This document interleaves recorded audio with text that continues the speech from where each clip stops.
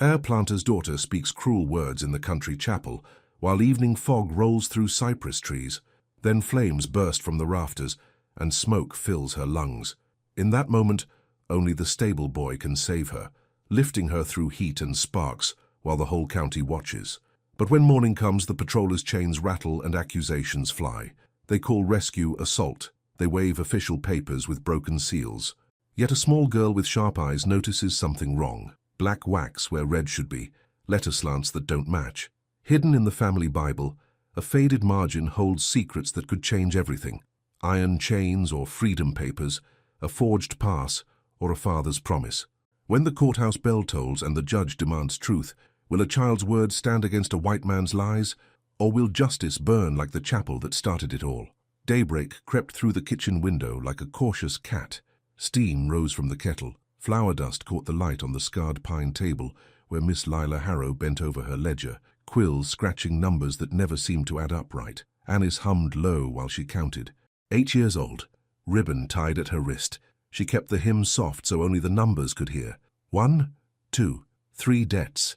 4, 5, 6 more. The melody helped her remember which column Miss Lila was working on. The door creaked. Josiah stepped in from the damp yard, arms full of split wood. 22 years old and built like the horses he tended, he moved quiet as a shadow, water beaded on his dark skin from the morning mist. Miss Lila's quill stopped. She looked up, 19 years of pride stiffening her spine. The sight of him made something twist in her chest. Anger, she told herself, nothing more. Set it by the hearth, she said, not looking at him direct. Don't drip on my papers. Josiah lowered the wood careful-like. A piece shifted, bark scraping against brick. The sound made Annis's humming flutter. Morning, Miss Lila, Josiah said, voice low and respectful. But when he straightened, his eyes caught hers for just a breath before she turned away. The air in the kitchen went tight. Annis felt it the way she felt storm clouds gathering, her ribbon twisted around her finger. Moses appeared in the doorway, like he always did when trouble stirred. 58 years old with silver threading his hair, he had a way of standing that blocked bad things from reaching the child. His feet found their place between Pike's usual route through the kitchen and where Annis sat. Wood's wet, Miss Lila said, quill moving again. Smoke will sting. It'll dry, Moses said quiet.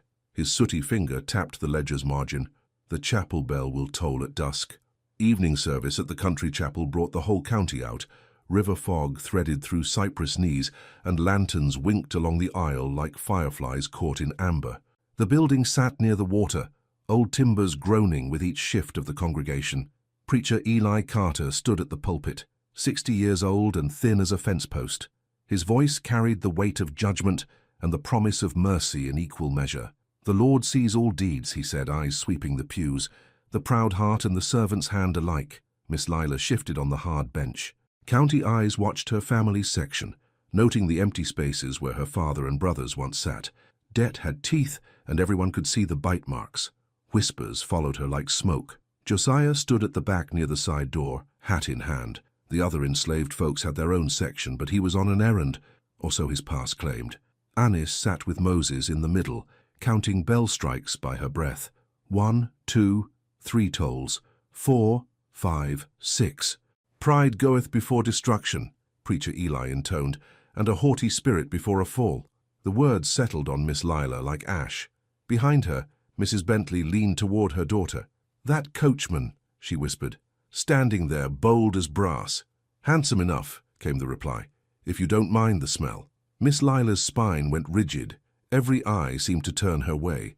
Heat climbed her neck, and something sharp twisted in her chest. Before she could stop herself, before wisdom could catch her tongue, the words spilled out. He smells of stables. Her voice carried farther than she meant. The chapel went still. Josiah's head turned, just a fraction. His face showed nothing, but Annis saw his knuckles tighten on his hat. The hymn started up again, voices joining in uncertain harmony. But something had shifted. The air tasted different. Annis breathed careful and shallow, counting the notes now instead of bells. The hymn faltered as smoke folded down from the rafters like a dark shawl. The gallery rail splintered with a sound like breaking bones. Fire bloomed in the upper beams where a lamp had tipped. Sparks showered down like angry stars. Women screamed. Children wailed. The wooden pews suddenly seemed fragile as matchsticks. Josiah didn't think. He moved. Charging through the aisle, he scattered benches and bodies alike. Miss Lila sat frozen, smoke filling her lungs, eyes wide with terror. Her fine dress, her sharp tongue, her proud Harrow name, none of it mattered now. There was only fire and fear and the need to get her out.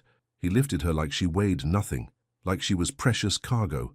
His strong arms curved around her, while heat licked at their heads and burning timber crashed behind them. Anis banged her lantern against a pew, once, twice, 3 times. The signal called Josiah's path through the chaos. Light swung wild, painting the way to safety while men formed a bucket line and women ushered children toward the doors. Smoke stung Josiah's eyes. His lungs burned, but his step stayed sure as he carried Miss Lila through the heat and sparks and terror. Her face pressed against his shoulder. Her breath came quick against his neck. The whole congregation watched. Every eye, every witness, awe and scandal fused in that moment. Rescuer and mistress in his arms before all the county. The beautiful slave carrying the planter's daughter, while fire ate the house of God behind them. He shouldered through the doorway into cool night air. Cypress trees stood like sentinels in the fog. The river whispered nearby. Ash stippled his bare forearms like stars. Josiah stepped into the fog churchyard with Lila in his arms, Ash stippling his bare forearms like stars. Patroller Abner Gaines sat his horse like he owned the night. 45 years old with pale eyes and a badge that caught the lantern light. He watched Josiah set Miss Lila down on the chapel grass. His voice cut through the crowd's murmur. "That boy's out of bounds." Overseer Silas Pike pushed through the circle of folks. 38 years old and built thick through the shoulders, he had hands made for gripping and hurting. Those hands closed on Josiah's arm now. "Assault," Pike said, loud enough for all to hear. "Laying hands on a white woman. Chain him." Miss Lila coughed, smoke still burning her throat. She tried to speak, tried to tell them it was rescue, not assault, but her voice came out weak as a whisper. The words got lost in the crowd's noise. Anis edged close, small enough to slip between legs and skirts. Her sharp eyes caught the fleck of black wax on Josiah's pocket pass. Wrong color, wrong day. "Easy now," Moses said, moving to Josiah's other side. But Gaines already had his chains ready. "Pass," Pike demanded. Josiah pulled the paper from his pocket. His hand stayed steady, but Anis saw the tremor in his jaw. Hope flickered. If the pass was right, if it showed proper cause, the seizure could be challenged. Pike held the paper high, making sure the crowd could see the official look of it. Anis studied the letter slant, the way the ink sat on the page. Her ribbon twisted around her finger as she counted details like hymn notes. The black wax caught the lantern light. Sunday services meant Sunday seals. Red wax always red, but this pass bore the clerk's weekday black. The letter forms slanted wrong, too, not Clerk Bellamy's careful hand. Moses coughed, deep and long. The sound bought Anis precious seconds to think. She shook her ribbon once, a tiny motion, but Moses understood. His eyes found hers across the space between them. The pass was forged, a trap designed to catch Josiah no matter what he did. Anis whispered, "That's the wrong wax." As a dog's chain rattled near her ankle, Pike flashed the pass to the crowd like a preacher holding up scripture. "Official business," he declared. "Legitimate errand." But Anis had seen what she needed to see. The seal was wrong. The ink was wrong. The whole paper stunk of deception like wet burlap left too long in the sun. Moses caught her signal and positioned himself where his bulk could shield her small movements. The old man had survived this long by reading danger in the air and moving accordingly. "Seems proper," someone called out from the crowd. "Clark's own seal," another voice agreed. But Anis knew Clerk Bellamy's work. She'd seen his true seals on the probate papers her mother used to clean around. Sunday documents bore red wax, always red, pressed deep with the special Sabbath ring. This black wax belonged to weekday business, rushed work, nothing sacred. Pike was already moving, chains clinking as he prepared to bind Josiah's hands. The crowd pressed closer, some wanting to see justice, others hungry for spectacle. "The seal tells true," Pike said, voice carrying authority he didn't rightfully own. "Boy was running errands when the fire started. Got carried away by heroics, lost his place." Miss Lila struggled to her feet, dress torn and soot-stained. "He saved—" her voice cracked like green wood in flame. "Saved himself a whipping by grabbing you first," Pike finished. "Smart thinking, but still assault." The lie hung in the air like smoke. Anis felt it settle on her skin, making her want to scratch. She hummed low under her breath, finding the tune that helped her think clear. The forged pass would send Josiah south before anyone could check Pike's story. By morning, he'd be gone. By next week, he'd be dead or broken, unless someone exposed the deception. Unless a small girl with sharp eyes and a ribbon on her wrist could prove what she'd seen. Annis pulled her shawl tight and stepped back into the shadows, already planning. Pike raised his voice for the crowd's benefit. "Crisis makes men forget their place," he announced, snapping the chains with practiced motion. "Time to remind this one of his." The crowd pressed forward as Pike prepared the shackles. Lantern light played across faces, some eager for drama, others troubled by what they saw. Miss Lila swayed on her feet, Dr. Reed's strong hands the only thing keeping her upright. "Take him to town lockup," Gaines ordered from horseback. "I'll send word to Judge Morrison about a hearing." But Annis wasn't watching the patroller or the overseer. She watched the crowd, noting which faces showed doubt and which showed certainty. Preacher Eli frowned at the chains. Moses kept his expression blank as Riverstone. Mrs. Bentley whispered behind her fan. The truth needed witnesses. Real ones, not just the kind Pike could buy or scare. Josiah spoke for the first time since carrying Miss Lila from the flames. "Pass was given proper," he said quiet. "Clark Bellamy's own hand." "Course it was," Pike agreed, too quick. "But proper don't cover assault." Miss Lila tried again to speak, but her voice came out harsh as a crow's call. The smoke had stolen her words when she needed them most.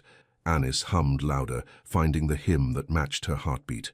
The melody carried in the night air, and several voices picked it up without thinking. Music had a way of soothing troubled minds, making folks think clearer. As the hymn swelled, Annis moved through the crowd like water finding cracks in stone. She touched sleeves, caught eyes, planted seeds of doubt with careful questions. "Funny how he had a pass ready for the one night the chapel caught fire," she whispered to Mrs. Carter. "Mighty convenient," she murmured to Deacon Walsh. "Black wax on a Sunday paper," she told young Tom Bradley, son of the town clerk. "Don't that seem strange?" The boy's eyes widened. His father's office used red wax for all Sabbath work.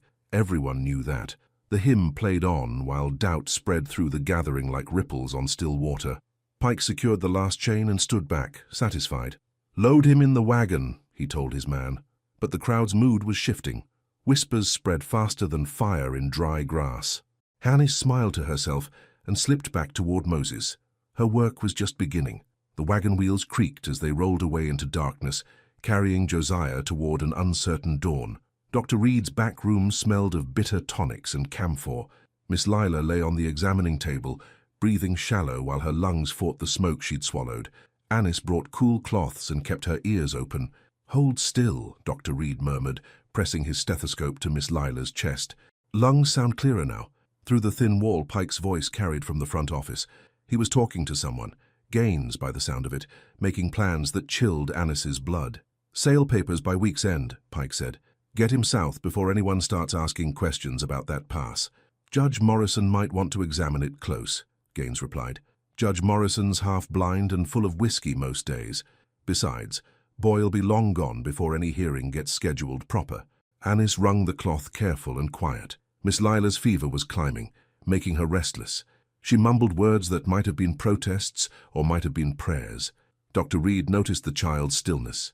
"Something troubling you, Annis?" She looked up with careful innocence. "Miss Lila keeps saying something about the stable smell man carrying her. As well she might. He saved her life tonight. But Mr. Pike says it was assault." Dr. Reed's hands paused in their work. His weathered face showed the kind of wisdom that came from seeing too much of human nature, both good and bad. "Men like Pike find what they want to find," he said quiet. "Question is, what did you see?" Annis met his eyes steady. "I saw a man carry a lady out of a burning building while we all stood watching. That's what I saw too." The doctor's words settled on Annis like a blessing. Here was an ally, someone who'd speak truth when the time came. But truth needed proof, and proof lay hidden in places Pike didn't want anyone looking. Outside, boots scraped on the porch boards. Pike and Gaines were leaving, their business concluded. Annis heard saddle leather creak as they mounted up. "Keep her quiet and cool," Dr. Reed told Annis. "I'll check back tomorrow." Alone with Miss Lila's fevered murmurs, Annis began to plan her next move. The truth was a fragile thing, but it had ways of surviving, even in the darkest soil. She just had to tend it careful and give it time to grow. Miss Lila's breathing steadied as the medicine took hold, but her dreams were full of fire and the scent of honest sweat. The church basement held the county's memory in wooden trunks and musty ledgers. Annis slipped down the stone steps while the morning service went on overhead. The fire had damaged the main sanctuary, but the basement stayed dry and cool. She'd come looking for records, for proof of what Pike was trying to hide. The Harrow family Bible sat in its own trunk, leather binding worn smooth by generations of hands. Annis opened it careful, mindful of the fragile pages. The marriage records, birth dates, and death notices filled the usual pages. But in the margins, someone had written notes in fading ink, iron gall ink, the kind that turned brown with age. The handwriting was cramped but clear. Master Harrow's own hand, she was certain. Her finger traced the words as she read, "Let it be recorded that any enslaved person who preserves the life of a Harrow heir by clear witness shall be granted freedom under this covenant." The clause was dated and signed. Legal language written in a dead man's careful script. Annis's heart hammered as the meaning settled in. Josiah had saved Miss Lila's life. Half the county had witnessed it. The manumission clause was binding on the heirs, which meant Miss Lila had the power to free him, whether she knew it or not. But first, someone had to expose Pike's forged pass and prove the real circumstances of the rescue. Annis memorized every word of the margin note, then slipped her ribbon between the pages to mark the place. The silk was bright blue, easy to spot if someone knew where to look. Footsteps creaked on the stairs above. Someone was coming down. Annis closed the Bible quick and slid it back into its place among the quilts and christening gowns. Pike appeared at the bottom of the steps, his bulk filling the narrow stairwell. His pale eyes swept the basement, looking for whatever had drawn him down here. "Lose something, girl?" "Looking for clean rags for Miss Lila's fever," Annis said, voice steady as creek water. "Doctor said she needs fresh cloths." Pike's gaze lingered on the trunk where the Bible lay hidden. Something in his expression suggested he knew more than he was letting on. Maybe he'd suspected the old master kept records Pike would rather stay buried. "Bible's locked away safe," Pike said, watching Annis's face. "Probate office holds all family documents now." The lie came smooth as butter, but Annis had already seen what she needed to see. The truth was written in iron gall ink and witnessed by God himself. Now she just had to figure out how to use it before Pike silenced her forever. She gathered her rags and headed for the stairs, Pike's eyes following her every step. The game was just beginning. 3 days after the fire, Annis found herself sweeping floors that didn't need sweeping and dusting shelves that already gleamed. Useful work kept her in the main house where she could overhear conversations meant for older, less curious ears. Miss Lila still lay fevered in her room, Dr. Reed coming and going with worried looks.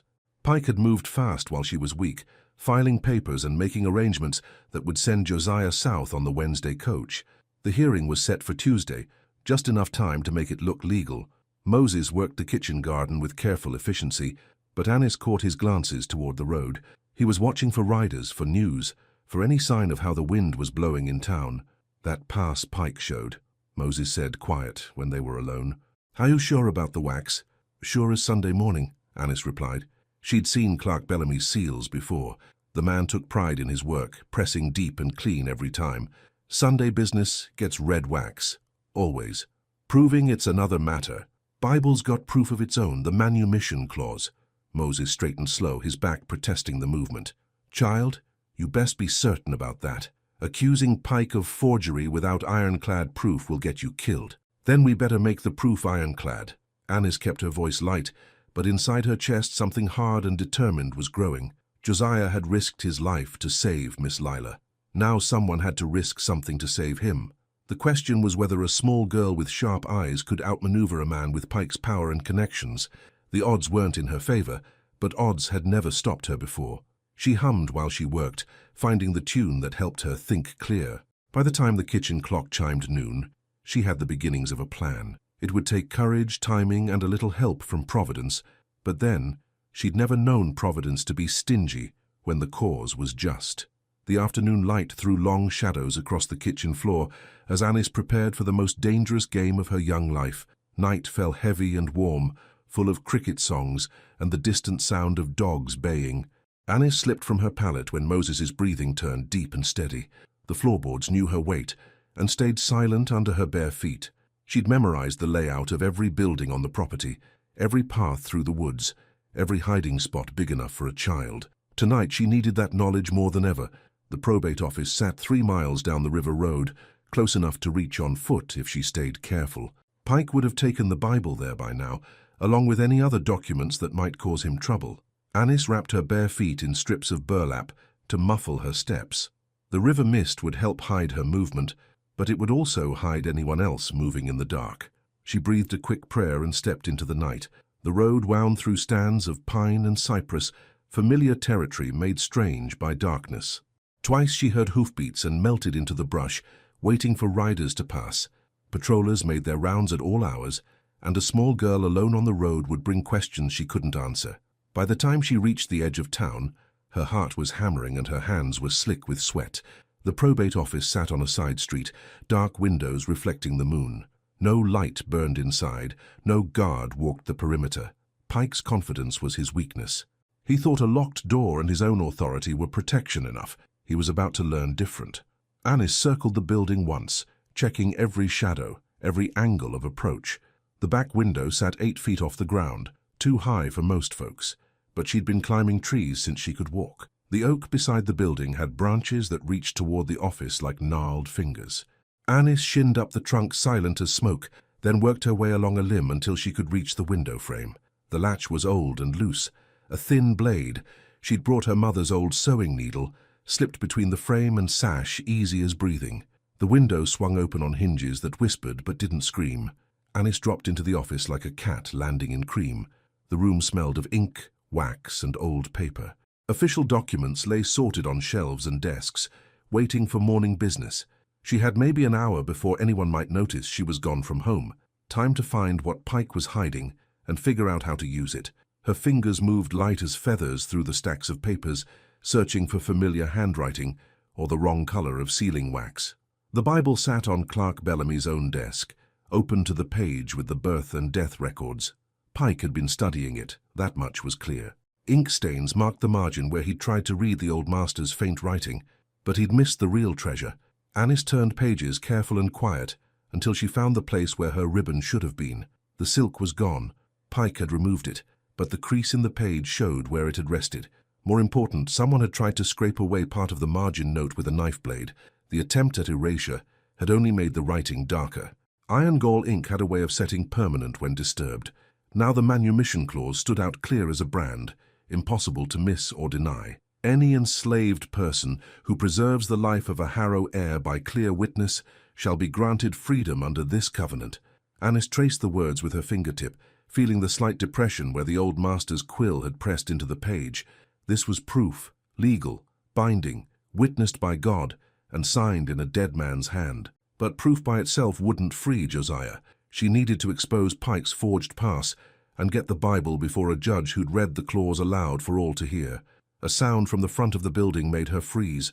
Boots on wooden steps, keys jingling. Someone was coming. Annis looked around quick, taking in every detail she could. On Bellamy's desk, beside the Bible, sat a ledger marked with Pike's handwriting. She flipped it open and found what made her heart skip. A date entry that didn't match Pike's story. According to his own ledger, Josiah had been assigned stable duty all day Sunday. No errands, no pass needed. The forged paper was meant to cover Pike's tracks after the fact. More boots on the porch. Voices now, low and urgent. Pike wasn't alone. Annis memorized the ledger page, then eased toward the back window. No time to take anything. She'd have to trust her memory and hope it would be enough. The front door opened just as she slipped through the window and caught the oak branch. Lamplight bloomed in the office behind her, while she climbed down, quick and quiet. "Bible's still here," Pike's voice carried through the thin walls. "But something feels wrong." "What kind of wrong?" Gaines replied. "Like someone's been nosing around." Annis pressed herself against the tree trunk and held her breath. If they searched the yard, if they found her tracks. But the voices moved deeper into the building, away from the windows. She had minutes, maybe less, before they thought to check the perimeter. Time to go. She ran through the night like a ghost, feet barely touching the ground. Behind her, lamplight danced in the probate office windows while 2 men searched for signs of an intruder they'd never find. By dawn, she was back on her pallet, eyes closed and breathing steady. Moses never stirred. But when the sun rose, she was ready for the next phase of her plan. The truth was out there waiting to be spoken. Now she just had to find the courage to speak it. Morning brought news that chilled Anis to the bone. Dr. Reed arrived before breakfast, his face grave as winter sky. "Miss Lila's fever broke in the night," he told Moses in the kitchen. "She's asking to see the child." But it wasn't good news that drew the lines around his eyes tight. Something else was troubling him, something that made his hands shake as he poured coffee. "What is it, doctor?" Moses asked quiet. "Pike moved the hearing up. Tomorrow instead of Tuesday. Says the judge wants to clear his docket quick." The words hit Anis like cold water. One day less to gather evidence, one day less to find a way to expose the forgery and present the manumission clause. Pike was moving fast now, trying to get Josiah sold and gone before anyone could mount a proper challenge. "Miss Lila strong enough to appear?" Moses pressed. "Barely, but she's insisting. Says she has something to tell the court about what happened in the chapel." Anis felt a flutter of hope. If Miss Lila spoke for Josiah instead of against him, if she told the truth about the rescue. But Pike would be ready for that. He'd have his own version of events prepared, complete with witnesses who'd swear Josiah was out of line. The patroller's word carried weight in court. A fevered woman's testimony might not. The real weapon was still the Bible, still the margin note that proved Josiah's right to freedom. But getting it before the judge meant exposing herself, meant stepping into Pike's crosshairs with nothing but truth for armor. Dr. Reed finished his coffee and gathered his bag. "I'll be back this evening to check on Miss Lila. Make sure she rests easy today." After he left, Moses and Anis sat in the quiet kitchen. The clock ticked loud in the silence. "You thinking what I'm thinking?" Moses asked. "That we're running out of time?" "That and more." Pike's scared. "Moving this fast means he knows something's wrong with his story." Anis nodded. Pike's ledger had shown his fear, the date entry that didn't match, the rushed timeline, the forged pass made in haste. A guilty man's panic was showing through his carefully laid plans. "Question is," Moses continued, "can a small girl with a big heart outrun a powerful man with everything to lose?" Anis looked out the window toward the road that led to town. Somewhere in the courthouse, Josiah sat in chains, waiting for a judgment that would either free him or destroy him. Somewhere else, Pike was preparing lies that would sound like truth to most ears. But truth had a power all its own. It just needed the right voice to speak it at the right moment. "Only one way to find out," Anis said. The afternoon stretched ahead like a challenge, full of possibility and danger in equal measure. That evening, as shadows gathered thick around the house, Anis made her way to Miss Lila's room. The fever had broken, but weakness clung to the young woman like morning mist. She lay propped against pillows, skin pale as candle wax. "Come close, child," Miss Lila whispered. Her voice was rough from the smoke, but her eyes burned clear. "I need to tell you something." Anis approached the bed careful-like. Miss Lila had never shown her particular kindness before. This felt different, important in a way that made the air seem thick. "I remember," Miss Lila said, each word deliberate. "The fire, the heat, his arms carrying me out. I remember what I said about him, about the stable smell."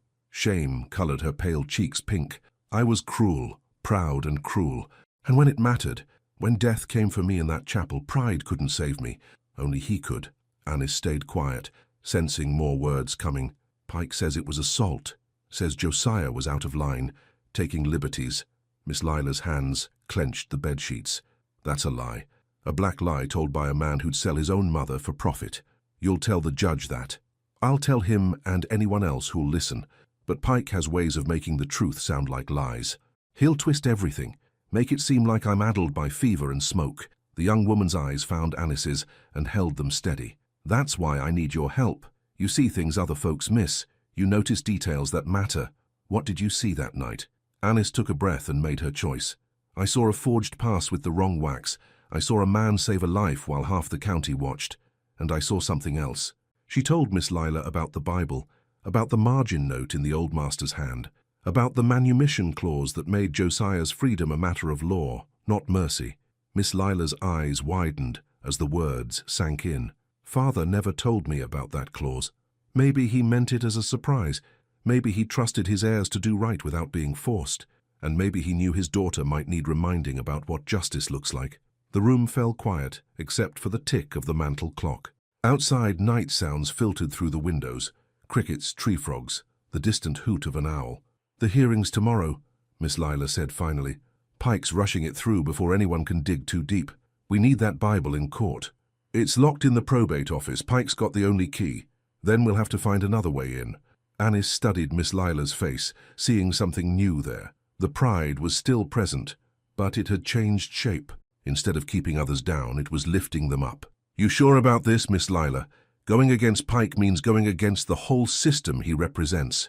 The system that would sell a good man for saving my life, that would call rescue assault and freedom theft. Miss Lila's voice grew stronger. That's not a system worth preserving. The young woman reached into her bedside table and pulled out a small brass key. Back door to the courthouse. Father kept it for emergency meetings. Pike doesn't know it exists. Anis took the key, feeling its weight in her palm. Such a small thing to carry such large hopes. What about the guards? She asked. Sunday night? The courthouse is empty, except for prisoners in the basement.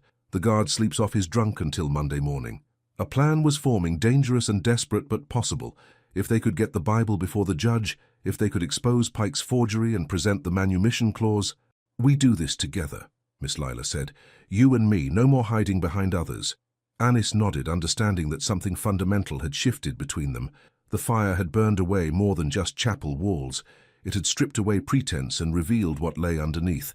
Tomorrow would test whether what they'd found was strong enough to stand against Pike's power.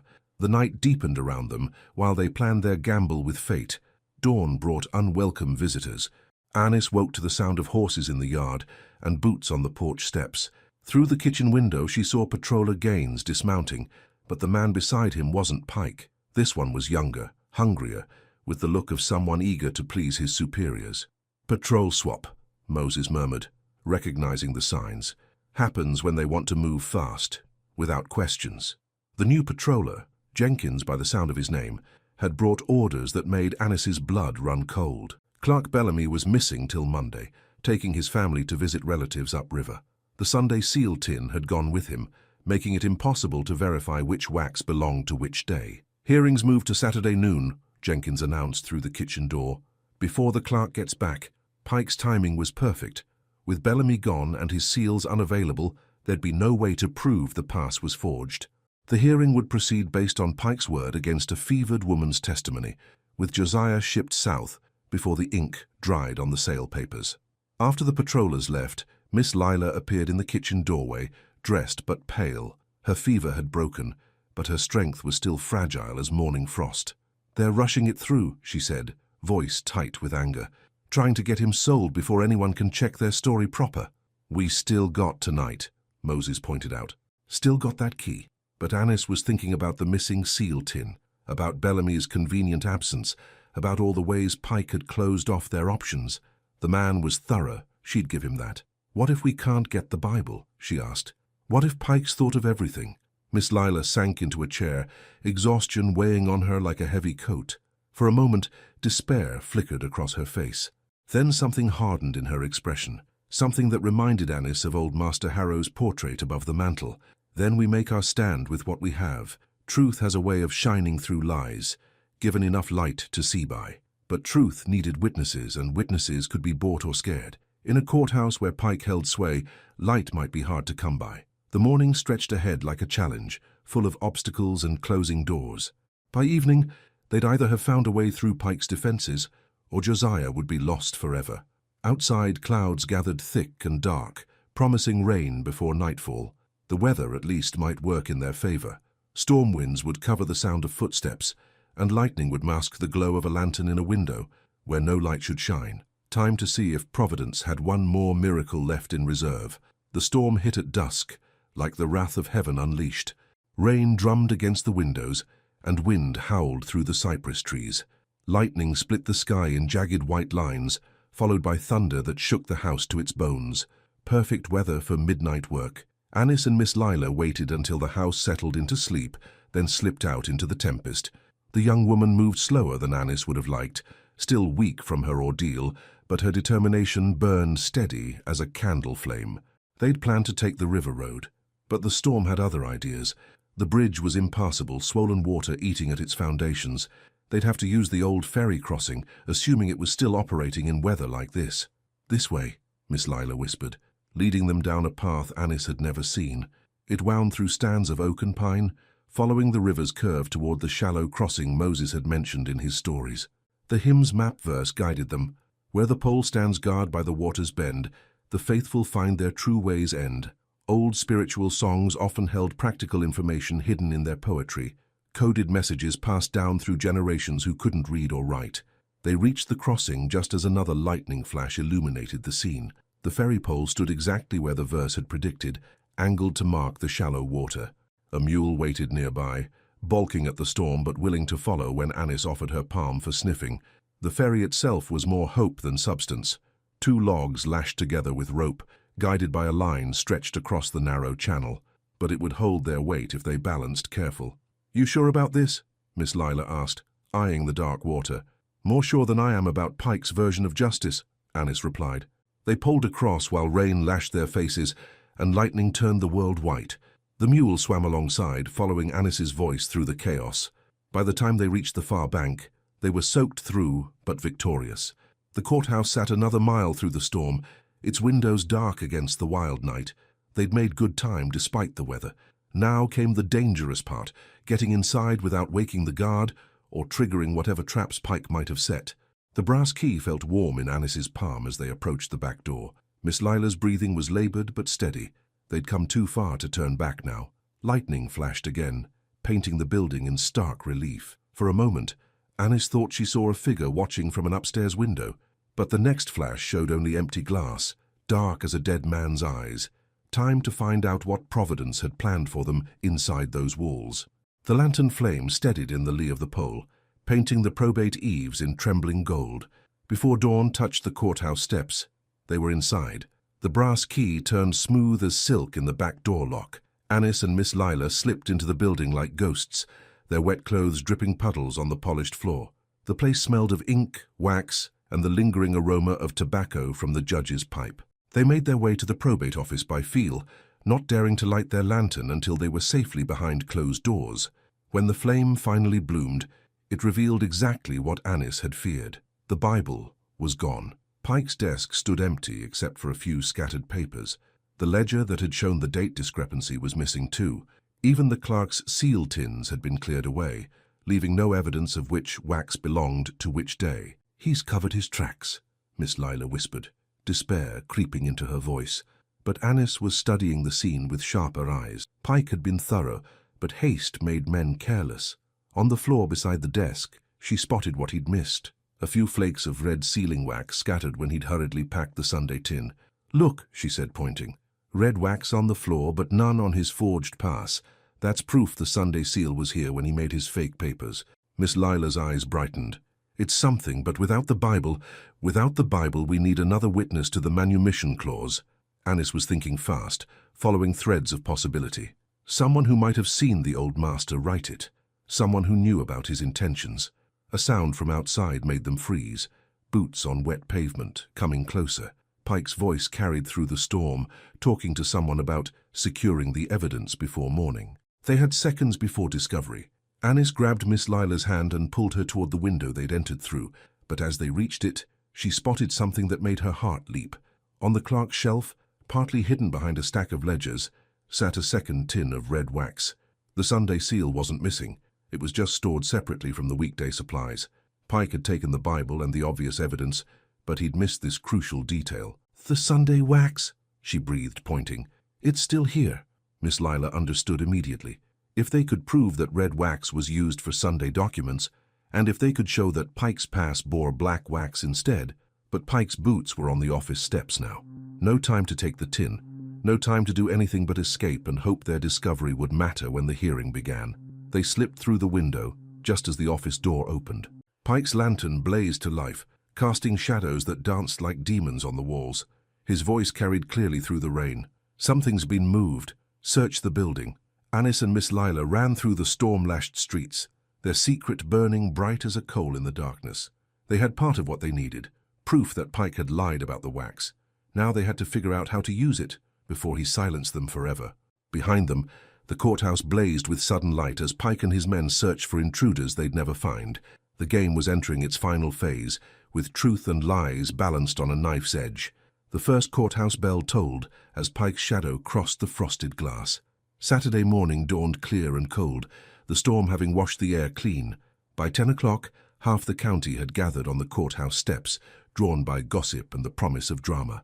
Word had spread about the hearing. A slave accused of assault, a planter's daughter saved from fire, justice hanging in the balance. Pike arrived early, his wagon loaded with documents and his confidence restored by a good night's sleep. He'd searched the courthouse from top to bottom without finding any sign of intruders.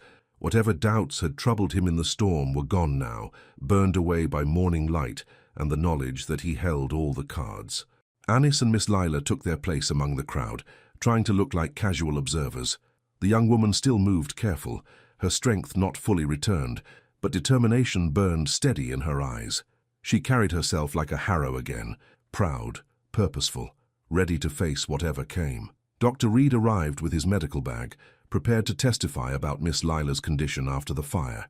Preacher Eli Carter came too, his weather-beaten face grave as stone. Other witnesses filtered through the crowd, some friendly to Pike's cause, others neutral, a few who might speak for truth if they found the courage. At 11:30, the courthouse doors opened. Judge Morrison took his place on the bench, a man old enough to have known Miss Lila's father and wise enough to recognize the smell of corruption when it wafted through his courtroom. His rheumy eyes swept the assembly, noting faces and judging intentions. "Bring up the accused," he ordered.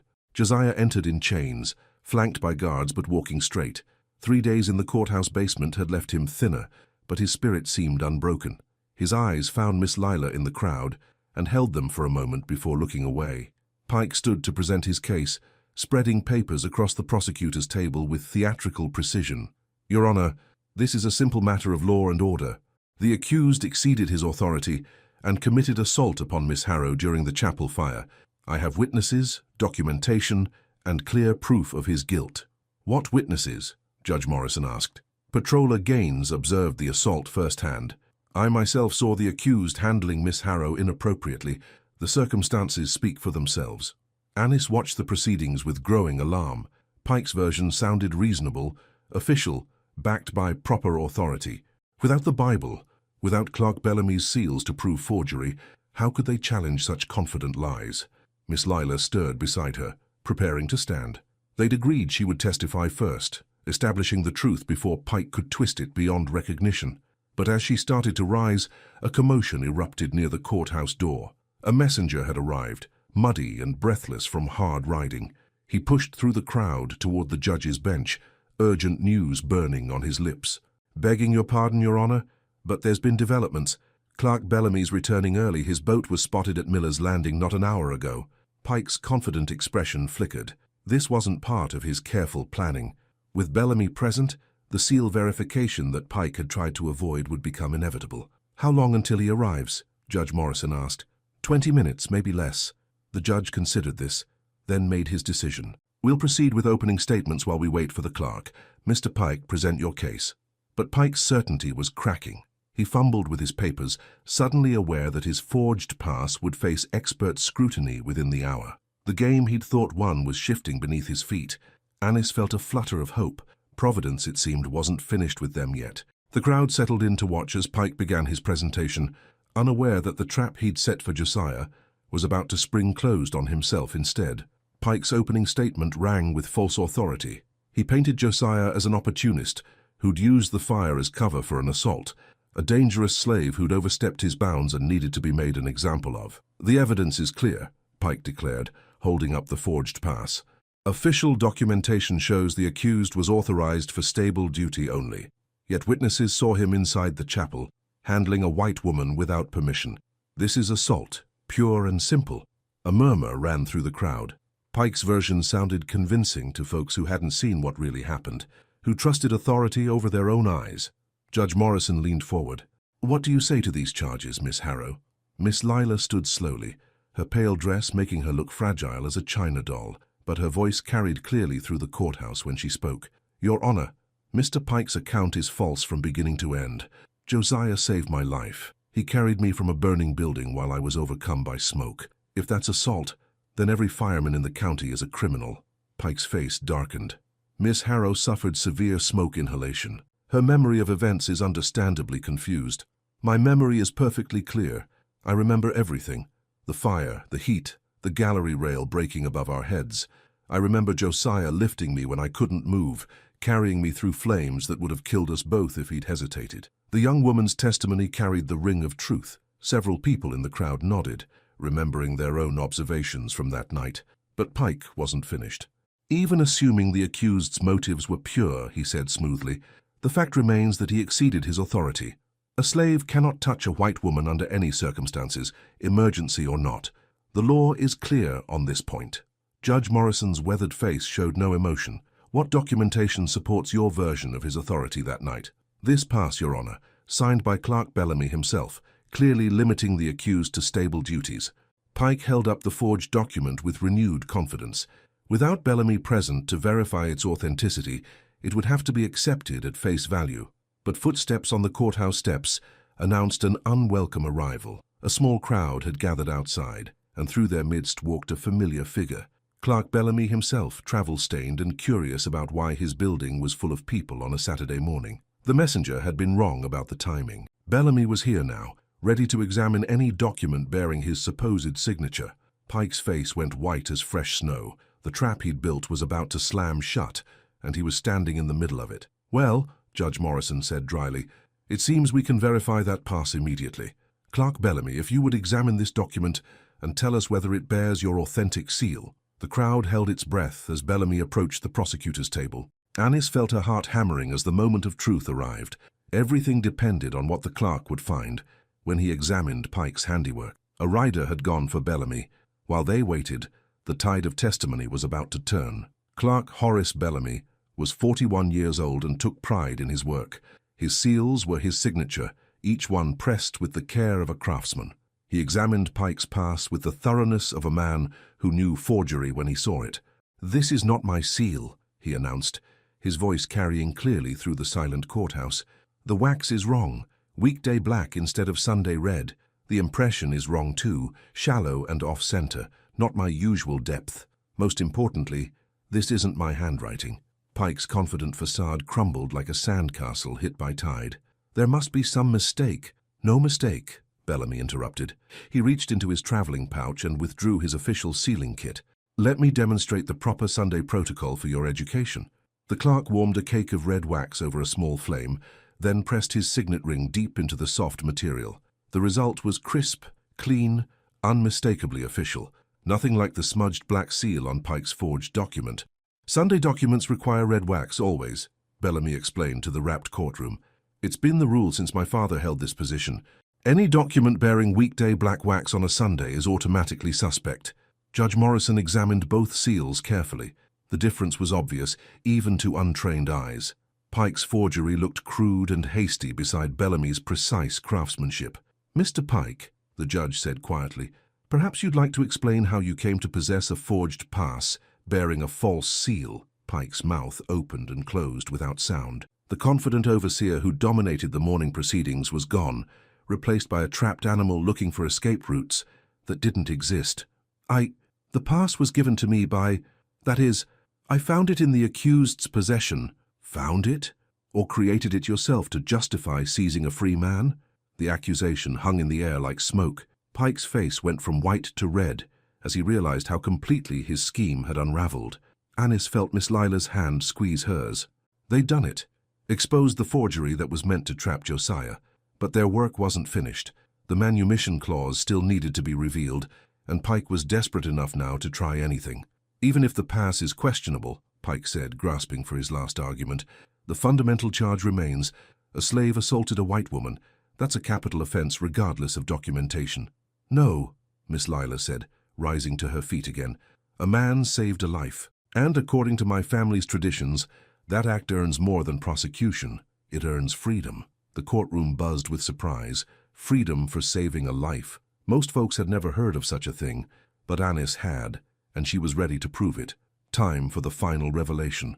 The new wax cooled, clean bite catching every letter as the judge stepped onto the top stair. "Freedom for saving a life." Judge Morrison leaned forward, his rheumy eyes sharp as winter morning. "That's a significant claim, Miss Harrow. What authority supports such a statement?" Miss Lila looked toward Annis, who stood and moved closer to the judge's bench. Small as she was, her voice carried clearly through the courthouse. "The authority of Master Harrow himself, Your Honor, written in his own hand in the family Bible, with a date and signature that make it legal as any other document. Pike surged forward. That's impossible. I have the family Bible locked away for safekeeping. There's no such clause. Then perhaps you should examine it more carefully, Miss Lila interrupted. Page 127, in the margin beside the birth records. Iron Gall ink, my father's handwriting. The clause grants freedom to any enslaved person who preserves the life of a Harrow heir by clear witness. The courtroom erupted. Half the county had witnessed Josiah carrying Miss Lila from the burning chapel. If such a clause existed, his freedom was a matter of law, not mercy. But Pike was shaking his head violently. I examined that Bible thoroughly. There's no manumission clause, no margin notes, nothing of the kind. Because you tried to scrape it away, Annis said, her young voice cutting through the noise like a bell. But Iron Gall ink sets permanent when disturbed. Your knife work only made the writing darker. Judge Morrison turned to Pike, with the expression of a man whose patience was wearing thin. Bring the Bible here immediately. We'll examine it together. The Bible is, that is, for security purposes, I've had it moved to... Where is it, Mr. Pike? The overseer's desperate eyes swept the courtroom, looking for salvation that wouldn't come. His forged pass was exposed, his testimony discredited, and now the very document he'd tried to hide was being demanded by legal authority. I'll need time to retrieve it. No more time. Judge Morrison's gavel hit the bench with finality. Doctor, Reed, you attended Miss Harrow after the fire. What was her condition? The doctor stood, his medical bag in hand. Severe smoke inhalation, Your Honor. She could barely speak for 3 days. Without immediate rescue, she would certainly have died. And you, Preacher Carter, you were conducting the service. What did you observe? The old preacher's voice rang with conviction. I saw a man risk his life to save another. I saw courage and sacrifice, not assault. The gallery was already collapsing when Josiah reached Miss Lila. Another few seconds and they both would have burned. One by one the witnesses spoke. The bell ringer who'd watched from the tower, the bucket line men who'd seen Josiah emerge from the flames with Miss Lila in his arms, Dr. Reed again, testifying to the young woman's gratitude when she finally regained her voice. Even some of Pike's own supporters began to waver. The evidence was overwhelming. Josiah had saved a life under clear witness of half the county. If the manumission clause existed, his freedom was legally required. Pike made one last, desperate attempt. Even without the Bible, even without documentation, this sets a dangerous precedent. Slaves who exceed their authority regardless of motive will be judged by their actions, not their circumstances. Judge Morrison's voice carried the weight of final authority. The law recognizes heroism when it sees it, Mr. Pike. The question now is whether your version of events has any foundation in truth. The crowd pressed closer as the judge continued. Bring me that Bible within the hour, or I'll hold you in contempt. This court will examine every page, every margin, every word that might bear on this case. Pike's face crumpled as he realized his position was hopeless. The forgery was exposed, the witnesses were speaking truth, and the hidden manumission clause was about to come to light. Annis hummed softly, a lullaby that seemed to calm the restless crowd. Even the dogs that had been pacing and whining settled at the sound of her voice. Justice was finding its voice at last. By this clause and this seal, they were coming to the moment of truth. The Bible arrived under guard, carried by 2 of Pike's own men, who looked like they'd rather be anywhere else. Their boss had sent them to retrieve it from whatever hiding place he'd chosen, but his instructions had been vague and desperate. They set the leather-bound volume on the judge's bench with the care of men handling something that might explode. Judge Morrison opened it to page 127 and studied the margins with the thoroughness of a man who'd spent decades reading legal documents. The old master's handwriting was faded but legible, made darker where Pike's knife had tried to scrape away the evidence of his father's intentions. Let it be recorded, the judge read aloud, his voice carrying to every corner of the courthouse, that any enslaved person who preserves the life of a Harrow heir by clear witness shall be granted freedom under this covenant, witnessed this day by the hand of John Harrow, in the year of our Lord 1842. The courtroom fell silent as the words sank in.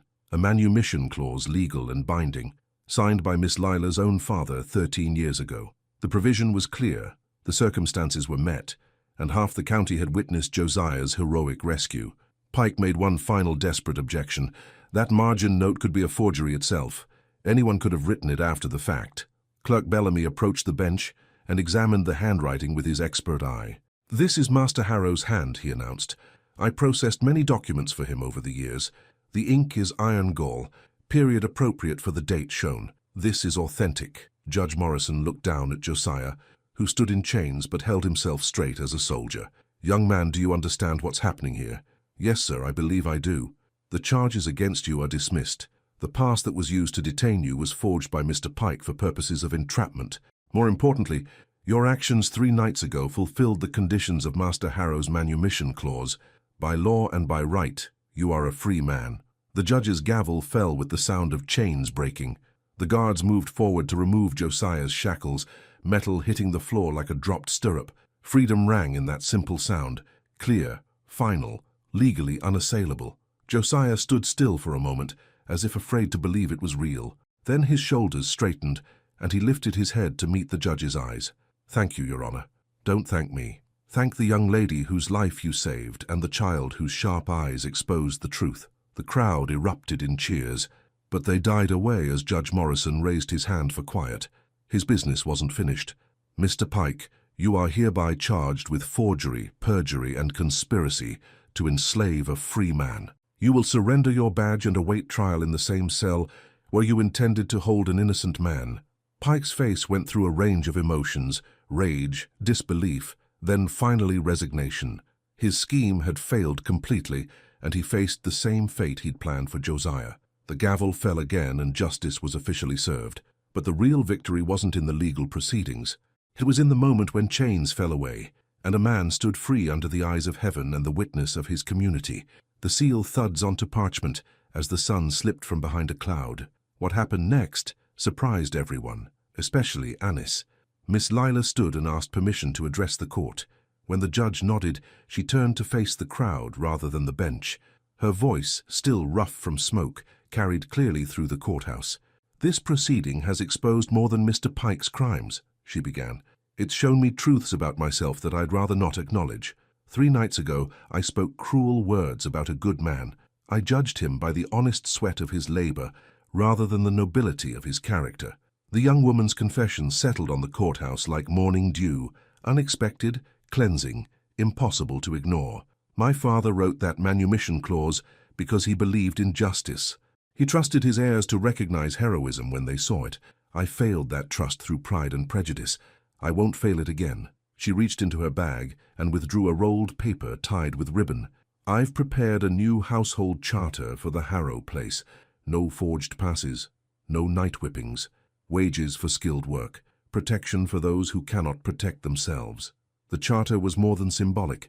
It was a complete rejection of Pike's methods and the system that supported them. Miss Lila was using her authority as heir to remake her father's legacy in the image of his better angels. Clerk Bellamy, would you file this officially and ensure copies are posted throughout the county? With pleasure, Miss Harrow. Pike, flanked by guards but not yet chained, watched his life's work crumble in real time. The authority he'd wielded so cruelly was being stripped away piece by piece, replaced by something that valued human dignity over profit margins. You're making a mistake, he said, voice hoarse with defeat. This changes everything, property rights, labor contracts, the whole social order. Good, Miss Lila replied. It's time for a change. Dr. Reed stepped forward with his medical bag, ready to check Josiah for injuries sustained during his imprisonment. But more than that, he wanted to clasp the young man's shoulder and welcome him to a freedom earned through courage and sacrifice. The courthouse crowd began to disperse, but slowly, as if reluctant to leave the scene of such an extraordinary reversal. Justice didn't often show her face so clearly, and folks wanted to remember the moment. Anis watched it all with quiet satisfaction. The truth had found its voice at last, spoken through unexpected mouths but carrying the ring of authentic conviction. The red wax was cooling on fresh documents, legal proof of freedom that no one could challenge or revoke. A lantern was trimmed though daylight remained, the flame steady as a vow. The river landing at dusk drew the community together like a hymn calling the faithful home. Word of the courthouse proceedings had spread through the county, and folks came to witness the conclusion of a story that had gripped their imagination. Josiah stood on the dock with his freedom papers in hand, the red wax seal catching the evening light. Dr. Reed had pronounced him healthy despite his ordeal. Preacher Eli had offered prayers of thanksgiving. Even some of Pike's former supporters had come to acknowledge that justice had been served. But it was the hymn that made the moment sacred. It started with Moses, his deep voice finding the melody that had sustained him through decades of trial. Anis joined in, her clear soprano weaving around the bass notes like silver thread through cloth. Miss Lila added her voice, still rough but determined to be part of the blessing. One by one the crowd picked up the tune, white voices and black voices, rich and poor, all united in an ancient song about deliverance and hope. The music rose over the water like incense, sanctifying the moment when chains became memory and freedom became fact. "Thank you," Josiah said to the gathering, his voice carrying over the final notes, "for seeing truth when lies seemed easier, for standing up when sitting down felt safer, for remembering that justice isn't just a word, it's a choice we make every day." Anis returned her ribbon to the Bible's margin, marking the place where her father's wisdom had saved a good man's life. But the real victory wasn't in the document, it was in the changed hearts that would carry this lesson forward. Dr. Reed clasped Josiah's shoulder with genuine warmth. Preacher Eli offered his blessing. Even Patroller Gaines, who'd been silent through the courthouse drama, stepped forward to nod once, hat to his chest in acknowledgement of a worthy man. The ferry pole stood steady after the storm, pointing toward currents that would carry them all toward better days. The landing became a communion of sorts, not perfect, not pure, but real and hopeful in ways that mattered.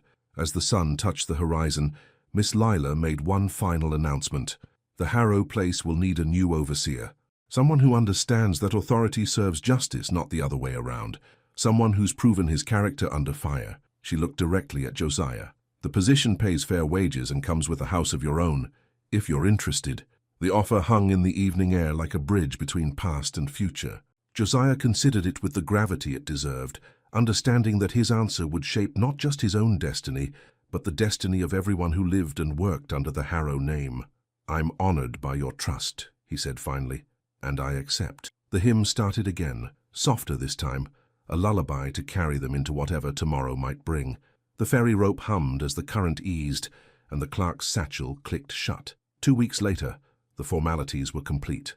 Bellamy had filed all the necessary paperwork, recording Josiah's manumission in the county ledger, with red wax seals that would endure long after the participants were dust. Anis's testimony was preserved there too, her sharp observations officially recognized as crucial to exposing Pike's deception. The overseer himself was confined to the county jail, awaiting trial on multiple charges. His cell was the same one where he'd planned to hold Josiah before selling him south. There was a poetic justice in that arrangement that wasn't lost on anyone. Miss Lila had indeed offered Anis paid schooling work on the household accounts, teaching the child to read and write with the same skill she'd always shown with numbers. The lessons took place in the kitchen where their story had begun, but the atmosphere was transformed by mutual respect and shared purpose. Moses sat in the back row during these sessions, smiling his toothless smile and offering commentary that was both wise and gentle. His role as protector was evolving into something more collaborative, elder statesman of a household that was finding its way toward justice. The new charter had been posted throughout the county, serving as both legal document and moral statement. Other plantation owners were watching to see if Miss Lila's reforms would prosper or fail. Early signs suggested that treating workers with dignity actually improved productivity, a lesson that was slowly spreading through the region. Josiah had settled into his new role with the same quiet competence he'd shown as a coachman, but now his authority came with responsibility rather than servitude, and the difference was visible in everything from his posture to his voice when giving instructions. The burned chapel was being rebuilt, stronger and larger than before. Preacher Eli had insisted on a plaque commemorating the events that had led to Josiah's freedom. "So future generations will remember," he said, "that courage and truth can triumph over oppression when good people stand together." As spring turned toward summer, Anis often found herself humming while she worked. The melodies that had once helped her count debts now celebrated possibilities. The ribbon on her wrist had been replaced by a school primer, and her sharp eyes were learning to decode written words with the same precision they'd once used to spot forged sealing wax. On this particular evening, she sat on the kitchen porch watching Josiah return from the fields. He walked like a free man now, shoulders back, head high, every step proclaiming his right to be exactly where he was. The red wax seal of his papers gleamed in the lamplight from where they rested in his pocket, tangible proof of a miracle accomplished through courage, timing, and the accumulated weight of small truths. The river carried the last ash from the burned chapel out toward the widening silver dark, taking the past away and making room for whatever future they would build together.